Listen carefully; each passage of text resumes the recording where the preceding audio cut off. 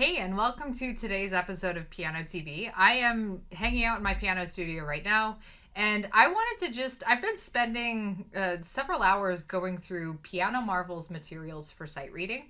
I have a lot of students who work with Piano Marvel, and I've had questions about how to think about the different levels of Piano Marvel. So, Piano Marvel, for those of you who don't know, is a paid app, and you can use it on different, like Android, iPad. You could use the web app version. You could just use your laptop.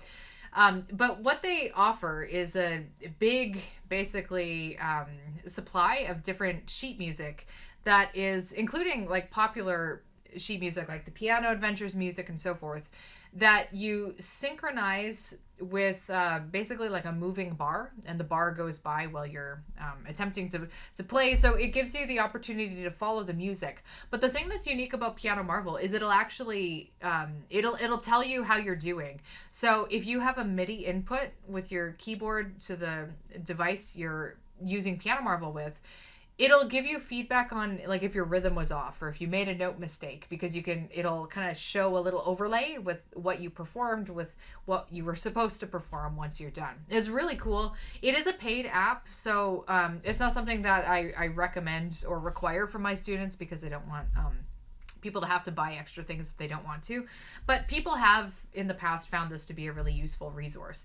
But that's sort of the book side of Piano Marvel, like all their sheet music. They have another side, and that's their sheet music assessment. I can't remember exactly what the letters stand for, SASR. And SASR is basically their program that gives you sight reading exams. And you can start at whatever level you think you're at. You can start from beginner, intermediate, or advanced exercises. And they're going to take you through a variety of different sight reading exercises. And if you do 80% or better, you get to keep moving on to the next level. And if you start slipping below that threshold by making a lot of mistakes, you dip below the 80%. If you do that 3 times, then you're out. Once you're out, you get a score, and that score is your sight reading level. And this is really useful data to have, but it's only useful if you have a point of reference for what the data actually means, which is what I'm trying to do here today and what I've figured out. I don't know if you'll find it useful. I've found it helpful for thinking about it. Because if you do a sight reading assessment and say you get a score of 400, well, what does that mean? What grade level does that equate with? I teach a variety of different classes. What class level that I teach would that be equivalent? Would this be a good score for a grade 3 student, or like a poor score for a grade 3 student? These were the kinds of things that I was myself exploring and that I wanted to share with you. So one of the I think this is kind of obscure. It's a kind of a little bit helpful, but I want to show you the resource that I found online for this. The kind of early beginner student has an average score of 189, late beginner 340, intermediate 473, and so on and so on. And so we hit the absolute maximum score of 190. What I'm going to do is break this down into something that I think is a little bit more relevant to those of you who are taking classes, taking lessons, going through the different grades, because then you'll get a sense of like, okay, if I'm a grade 4 piano student, my sight reading should be within this range. And you can choose to use Piano Marvel's tool to go through this if you want. In fact, they do let you have a free trial. So anyone who wants to give this a try, I would strongly recommend doing a free trial. You've got 7 days to play around with their sight reading stuff, and that'll give you a pretty good sense of where your sight reading's at. One other thing before I get into the score breakdown a little bit more is, for those of you who don't have a MIDI input, a way to connect your keyboard to the app, it's okay. You're not going to be able to get an official sight reading score, but there is sort of a way to judge how you're doing and give yourself a percentage score. The way that I judged it when I was doing it without any MIDI cable is you can really tell when you've gone off the rails with a sight reading excerpt. Sometimes you're playing a sight reading, you're like, oops, I played the wrong chord. Oops, I went to that note too soon. But you're still able to follow it. That's okay. Where you know that you got a score lower than 80% is when there were chunks of the piece where you literally couldn't play anything. The thing was scrolling by and you were sort of like, I'm lost. You got to jump back in, and then you struggle with that. If you get completely lost for like a decent chunk of time, that's an X. That's lower than 80%. And then, of course, once that happens to you 3 times in a row, it's going to X you out. That's going to be your final score. for me personally, it's always the chorales, like the 4-part harmony pieces that destroy me. Anytime I see those, I'm like, okay, this is it. This is the end. I'm not going to make it through this one. Whereas pieces that are chord based, I'm much more comfortable with. I believe when I did my score last, I was sitting around 800. Now, I'm not a very good sight reader. I should also mention that. So 800 puts me in the range of a beginning teacher. It's a little bit sad, but I never claimed to be a great sight reader, so here I am. I've heard that I saw on their website also that some performers you might be familiar with, like Josh Wright, scores really high, like 17 or 1800, and I'll show you what those excerpts look like. They're wild. Anyone who can sight read that, it blows my mind. Anyways, this is sort of like the basic data that they've given us, but I've broken it down into something that I found a little bit more useful. And I'll take you through what these numbers mean as I take you through some examples of the sheet music for each of these levels. Piano Marvel has levels, 5 levels for each numerical level. So for example, they have, I think it's 19 levels. Yes, it's 19. Yes. And within each of those, there's 5 sub-levels. So 1A through 1A through 1E. So if you're level 1B, that's a little better than level 1A. If you're level 2C, that's a little better than level 2B. You know what I mean? So that's how everything's broken down. And when you're doing a sight reading assessment, you're going to be going through each of these levels pretty much. You're going to do one from 1A, one from 1B, one from 1C, and they're going to get progressively bit by bit harder. Now, I actually think that the beginner student is able to do all of the 1A exercises from Piano Marvel, and I'll show you what those look like. So the 1A exercises start quite literally with just a single pitch. So that's like the complete beginner. And then once we start getting into 1B or around the 120 score, it's one hand at a time for a while, but we do have some skips, some note variation. There's more variation. The excerpts get a little bit longer by 1C. By 1D, we have bigger gaps more frequently, so we have lots of fifths in this example, but notice it's still one hand at a time. All of the examples as far as 1E up to a score of 180 are single hand, very straightforward rhythms, basically just sticking to half notes and quarter notes and whole notes. The excerpts aren't terribly long either. So I would expect any of my level A students to be able to play this far in Piano Marvel, get about a score of 180. Now, our next level is going to be B. So you could also think of this as the Royal Conservatory of Music qualifications, although I'll asterisk that because the Royal Conservatory of Music actually has far simpler sight reading requirements than what I'm going to be detailing here. The big difference with the RCM is that the sight reading that they recommend you do or that you're required to do to pass exams are short. They're like 4 to 8 measures at the higher grades. Like even if you're in grade 5, you're not doing an excerpt longer than like 8-ish measures. Whereas Piano Marvel, you're often doing like a full piece, 16 measures, maybe more at the same level, even though the difficulty is not that hard. You're doing substantially more. So it makes it difficult to compare Piano Marvel's markings against the Royal Conservatory's markings specifically because they don't map onto each other as nicely. Piano Marvels are much longer, but they're a little simpler and so forth. So I've sort of tried to just do my own categorization as best as I can. Anyway, level B. A level B student should be able to read all the way through the end of 2E. So that's going to look like a little bit more diversity of rhythm. So we're going to get, this is the first time we're moving between the hands. So it's not just single hand stuff anymore. We're also going to get some hands together stuff, some ties. And as I mentioned, the rhythm stuff that we're going to start getting introduced to are going to be eighth notes. So basically, if you can do one hand at a time sight reading with eighth notes and follow along with that, I think that an average B student would be able to pull that off. If you're a grade 1 student, we're going to narrow the scope a little bit and have that sit somewhere between 2E to 3C. And that's going to be up to a score of about 340. So if you're a grade 1 student and you can sight read to a level of about 340, you're doing great. Just to give you a sense of what 340 is going to look like, we start getting some dotted notes. Dotted quarter notes are introduced at the beginning of level 3. But we're going to also be doing a little bit more hands together stuff, some ties, some gentle syncopations. Now, by the time you're in grade 2, you should be able to go up to about a level 4. That would be kind of the top end. I do like to give a range for these. So you could probably achieve a score of 400 as a grade 2 student. 400 is going to start having, a new thing is we have harmonic intervals introduced as opposed to just single notes in each hand. You'll notice that we have some more difficult chords. We're doing chords in the right hand, which is more complicated, of course, than the level 2 and 3 stuff, where we're actually level 3 stuff where we're doing chords in the left hand. And we also have some hand position extensions where we're not just kind of keeping to narrower hand positions. By the end of level 4, we're starting to move outside the box a little bit with our sight reading. Okay, so if you're a grade 3 student, you should be able to go to a level at maximum sight reading level about 480. 480, you're going to notice some, actually, this is a grade 3 excerpt because it's got Alberti bass. 480 is going to be more of a grade 3 level thing where you're extending out of the hand position.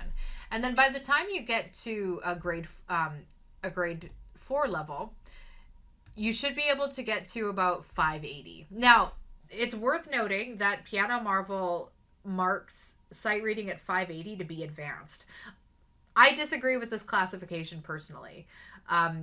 They do get longer, but I don't think this corresponds really nicely to an advanced piano player unless the criteria for advanced is quite low. I consider advanced to be about grade 7 and up. But I think it's reasonable for the grade 4 student to be able to sight read to about a level of 580.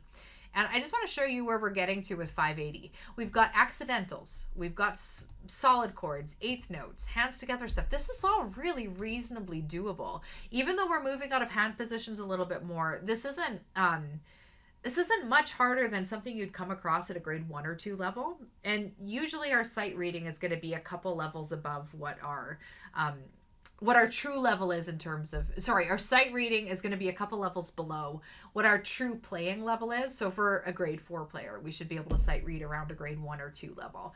And that's what I think this is. I don't think this is particularly advanced sight reading. Now, when you get to a grade 5 level, we can start nudging the score up to about 640. And we'll just take a look at what that's going to look like. Again, it's not that different. Actually, the exercise for 640 is easier. It's longer. My own notes, these are getting very long. I think it was like a 2-page excerpt there. But some of the shorter ones, like we've got a bluesy one here with swing. We've got more complicated syncopations and jazzier excerpts that I didn't see at other levels. A grade 5 student, I think, would reasonably be able to handle about this level. But again, I always provide a range. 580 to 640, I think, would be absolutely there. Now, I'm working on the grade 5 class. I have not done higher level classes, so all these other ones are just purely hypothetical, what I think would make sense. I think a grade 6 student should be able to get to about 680 as a score on Piano Marvel. There are some big challenges here. So in 660, a level 660, you're seeing some fast Alberti bass movement. This is a really difficult excerpt. As well as 680, where our left hand is doing 1-5-8 patterns, big leaps across the keys in both hands. So quite a lot more range, and the tempo is going to make this really challenging too. So these are, I think, roughly equivalent to maybe like a grade 3 or 4 level piece, which makes it equivalent to roughly a grade 6 level excerpt. Again, for the RCM, these would be short, but Piano Marvel makes them much harder because they're much longer. So please take everything I'm recommending with a grain of salt. Now, I think grade 7 can get us up to about a 740 level. 740 is our first chorale. And these are, like I said, these are the ones that kill me. I cannot for the life of me sight read these ones. I've not spent enough time playing chorale music or church music. I got to get on that so I can get to higher levels. I can do like 900 level exercises as long as they're not chorales.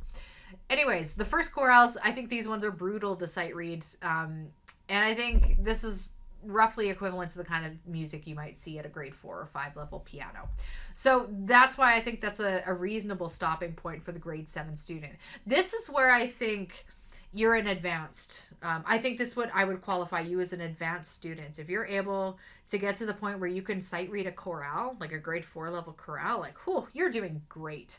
Now, the next qualification is grade 8. Now, I consider grade 8 to be Piano Marvel's marking of 780 is an undergraduate level or a beginning piano teacher reading level. So if you're able to sight read around at a maximum of 780 as your score, you're playing or you're sight reading at an equivalent level to like probably a beginner university student. Of course, your mileage is going to vary with that, but that's how I have thought about this. So some of the more difficult kinds of exercises, we've got these faster passages. The 761 I did in particular was really fast. Triplets between the hands. You have to really have a keen understanding of chords, key signatures, and quicker, larger movements in the hands. Of course, hand independence, where one's doing legato and one's doing rests. There's a lot of components that go into this. This is roughly about a grade 5 level excerpt. Okay, and that's what we're really going to start getting into advanced stuff with grade 9 and 10. So grade 9, I bet we could push it. This is going to be a stretch, but I bet we could push it to 880 as your score.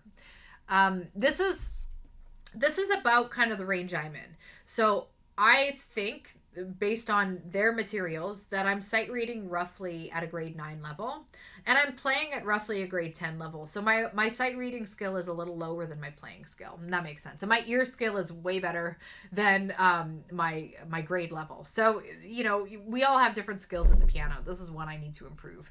But I think a grade 9 level student should be able to approach excerpts like this. This is actually Clementi. It's a grade 3 level piece, but it's very difficult to sight read because it's very fast.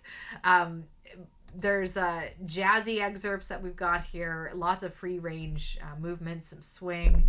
I've got Beal marked as grade 3 as well. So it's interesting to me that we have grade 3 excerpts where I would consider these ones to be more like 5 or 6. Like if we're sight reading at a grade 9 level, we should be able to play. If we're at a grade 9 level, we should be able to sight read about a grade 5 or 6 level. But Piano Marvel has pulled in some of the sonatinas that are lower levels. Sonatinas are very difficult to play though, so maybe it makes sense that way. And then when we get to grade 10, I think we'll cap out at about 980. This would be the number that I'd really like to get to personally. Moving through the 900s, again, it's all about speed, duration. This Hunting Song by Schumann is a grade 5 piece. So at a grade 10 level, we're sight reading something around grade 5. I think that's fair. My own marking, another wretched chorale. Making these notes for myself, you know how I feel. And we're getting to some grade 8 level music here. So quite the range. There's a grade 5 and a grade 8 level excerpts. At what I would consider to be a grade 10 level sight reading. And then I've further divided the final section. These aren't even the lowest. Like there's still 8 levels to go after this point. There are 7 levels to go past this point. But level 10, 11, and 12 with Piano Marvel, I think correspond with ARCT level. So if you get to a grade 10 level with the RCM and you graduate that, there's actually a diploma level past that. This is what I would consider to be like the doctoral or the master's level of piano playing, and it's usually a big project for someone to do the ARCT. It takes at least a couple of years to prepare for it. And if you're going to be doing the LRCT, which is the RCM final level, is like diploma level, you probably want to prep for that for at least 4 years. So the accomplished ARCT student who like just got their ARCT marking, in theory, could, I think, sight read at about the level of 1,180.